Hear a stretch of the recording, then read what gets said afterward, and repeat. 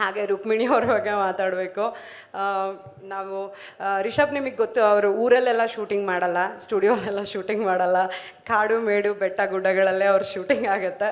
So ಅಲ್ಲಿ ಎಲ್ಲ ಕಡೆನೂ ಪಾಪ ರುಕ್ಮಿಣಿ ಅವರು ಆ ಸಾರಿ ಆ ಜ್ಯುವೆಲ್ರಿ ಎಲ್ಲ ಇಟ್ಕೊಂಡು ತುಂಬ ಪೇಷನ್ಸಿಂದ ತುಂಬ ಚೆನ್ನಾಗಿ ಆ್ಯಕ್ಟಿಂಗ್ ಮಾಡಿದ್ದಾರೆ, ತುಂಬ ಚೆನ್ನಾಗಿ ಕಾಣಿಸ್ತಾ ಇದ್ದಾರೆ. Thank you ರುಕ್ಸ್.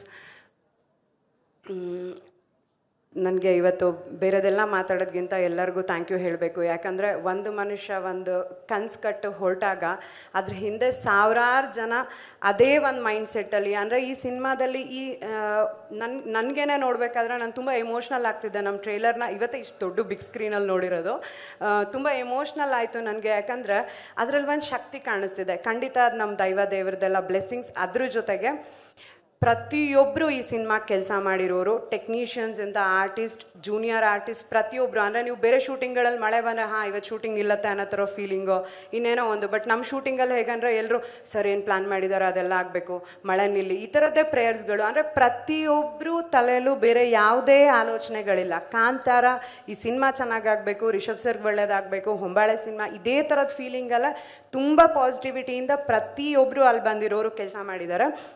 ಆ ಪಾಸಿಟಿವಿಟಿನ ಇವತ್ತು ಒಂದು ಶಕ್ತಿಯಾಗಿ ನೀವು ಸ್ಕ್ರೀನಲ್ಲಿ ನೋಡೋ ಎಲ್ಲ ಕಂಟೆಂಟಲ್ಲಿ ಅದೇನು ಕಾಣಿಸ್ತಿದೆ ಅದು ಅದೇ ಶಕ್ತಿ ಅಂತ ಅಂದ್ಕೊಳ್ತೀನಿ.